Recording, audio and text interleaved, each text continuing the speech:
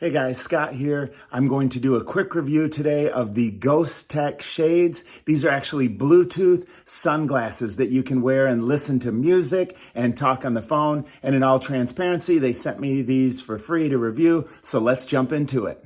This is the box that your Ghostek Shades will come in.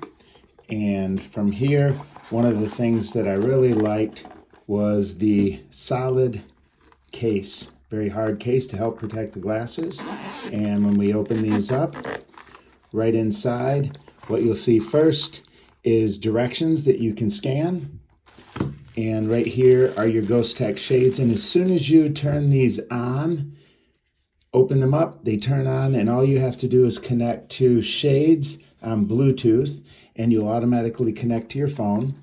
From here, you also get extra nose pieces and a Ghostek cleaning cloth, and your USB charging cord. I really like the fact that I can wear these and listen to music, talk on the phone, and I don't have to have earbuds in my ears.